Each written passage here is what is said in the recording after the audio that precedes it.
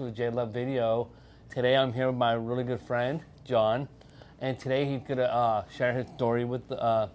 And so I'm just going to hand it over. So go ahead, my friend.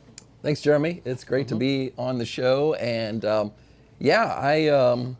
have been living out here in San Luis Obispo for about 25 years now. I moved here from North Carolina, so it was a big change. But I've been using a wheelchair for about 23 years.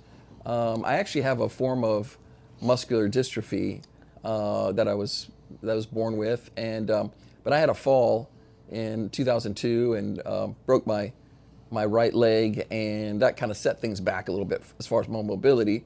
So I've been using a wheelchair ever since, and I use this is what's called a power assist wheelchair. So it helps compensate for my upper body weakness and my lower body weakness as well. So I push on the push rims, and it gives me some extra oomph to get around easier. And so you can see I still use my legs to move a little bit, but I'm pretty much a full-time wheelchair user. And and my background is in occupational therapy. So I went to school for that at University of North Carolina, and got my master's degree in that, and then was looking for jobs and found a great opportunity out here in San Luis Obispo with the Central Coast Assistive Technology Center. So worked there for a little while, and then transitioned into working where I am at now, which is Cal Poly. I work in the Disability Resource Center there, providing assistive technology for students with disabilities that attend Cal Poly. And then I work with the university on issues around accessibility as well. So that's kind of a little bit of my personal and professional background. But I, try to really be an advocate for disability. So I try to get involved with different programs and organizations that really support making this a more inclusive world for people with disabilities, and really trying to make things more accessible. And trying to promote the idea of disability is just another form of diversity. Like race and ethnicity and gender and sexual orientation. And it's a natural part of being a human being, really. And so we should really do everything we can to make people with disabilities feel part of our society and value our contributions to society. So I work with a local nonprofit called Access for All that I'm really just feel really proud to be part of what they're doing. And so we work trying to make San Luis Obispo County more accessible and inclusive for folks with disabilities, and we do that through a grant program where we recently started that, where we are basically nonprofits can apply for grants, and we'll help fund some of their programs that can help make it a more inclusive world for people with disabilities. Yeah, awesome. Yeah, so that's a little bit and then I'm of course on the board of, can't forget this, I'm on the board of United Cerebral Palsy along with Mikayla, our camera person, and it's great working with her and really trying to make sure that UCP is able to serve as many people as possible. And again, they have the same kind of mission, really trying to make it a place where people with disabilities can participate in all aspects of society. Awesome, man. Awesome. So I'll stop talking for a second, take a breath, turn it over to my friend Jeremy here, if you have any questions or anything. Maybe one day I'll get on that board of UCP. There you go. Hey, we need it, man. So being in one is like being in a wheelchair. Yeah. Has it been there been like because we want to encourage people that are in wheelchairs. Yeah. Have there been like struggles, or have there been like hard times, easy times? Can you kind of like just share like what's been maybe hard, what's been easy, or how you got it from a hard to easy? Yeah. No, that's a great question. I think one of the things was just adjusting when I first started using a chair, was just adjusting to living my life at a lower level than I was used to. And you learn how much more challenging it is getting through just things like doors and reaching things in your home that you might have been able to do standing up. Yeah. And you notice it when you're out in the community in different businesses where things aren't really set up for people that are at a cedar height or a shorter height. Everything's kind of designed for people that are standing and walking. Yeah.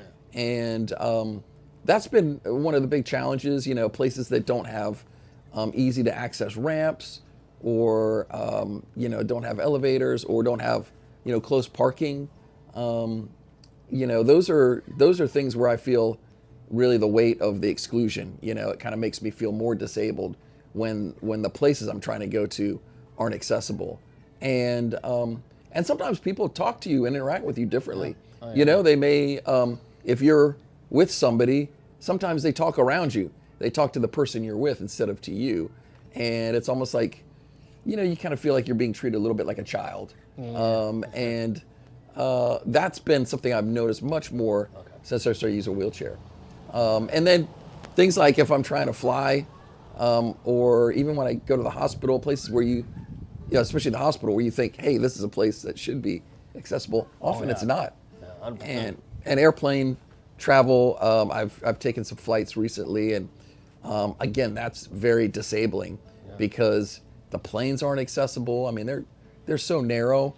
They're not designed for wheelchair users, and your wheelchair gets damaged a lot. I mean, my wheelchair's become basically my legs. It's a part of my body, and so when it gets, you know, treated badly or whatever, that really affects my ability to do what I want to do. Yeah. So. Being in a wheelchair, have you been like? 'Cause I like to talk about this because it's like really big. Like, because a lot of times people get bullied, Right. stuff like that. So Yeah. have there been times where you've been like kind of maybe you felt like you've been bullied and you just felt like, oh, I don't know what to do. Yeah. And so how do you overcome that when you are, if you have been?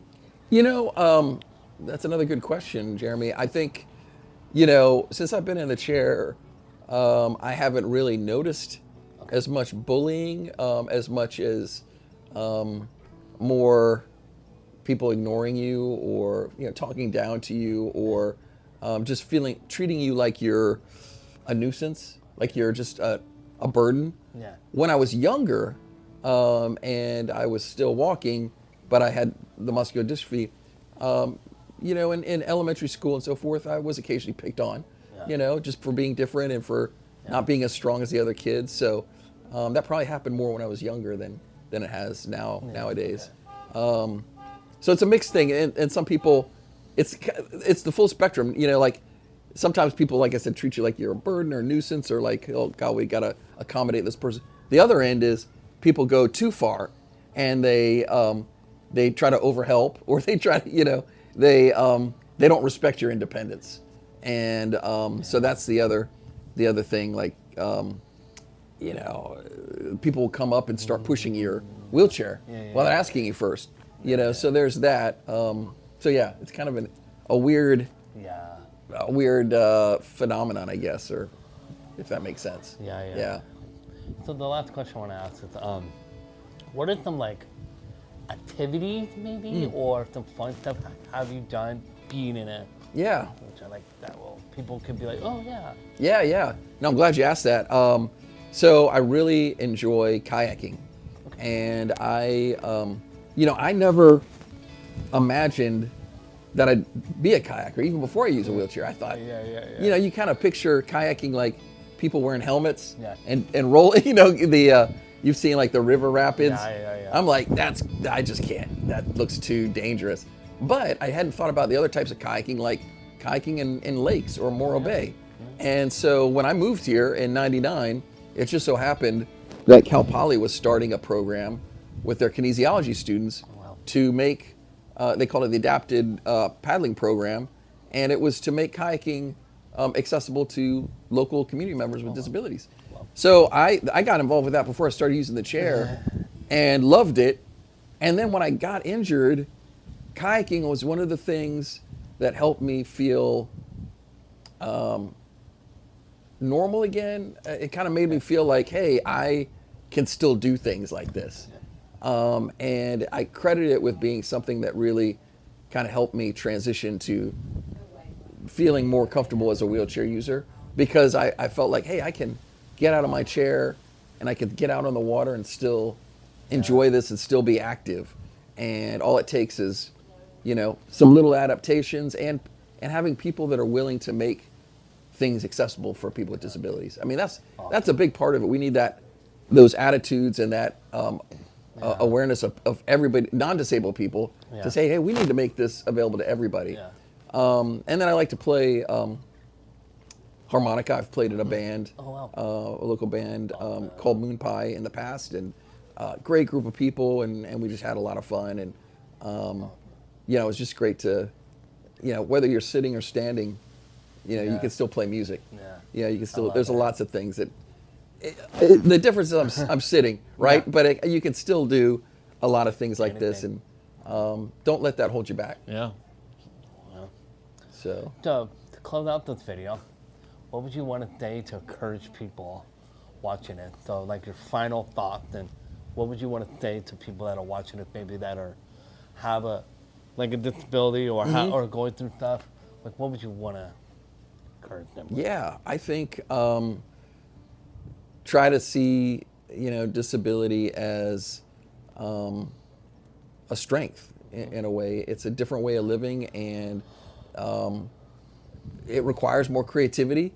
But I think, you know, just try to think of it not as a problem, but as a way to live a more unique and innovative life, and seek out other people.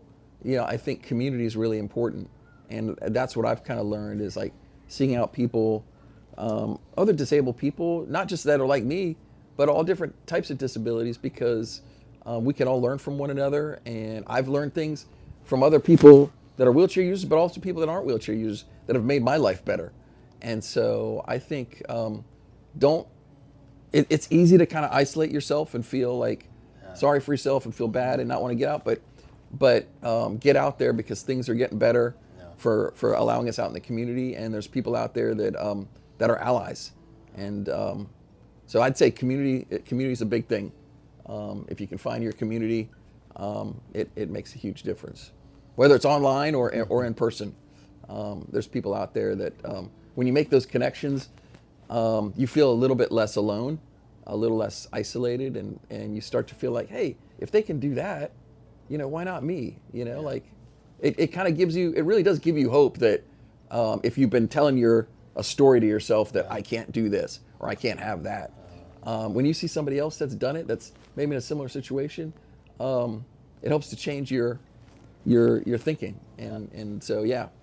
Anyway, that's Awesome, brother. hard to sum it up, but I love it. appreciate the opportunity to share this. Thank you so much Yeah. again, John. My pleasure. I appreciate it. Leave a comment. If you had anything you wanted to ask John, leave it in the comments, and I'll let John know. I'll let John read. Please like up the video, subscribe if you're new, and please till next time. Me and John are out. So bye. Yeah.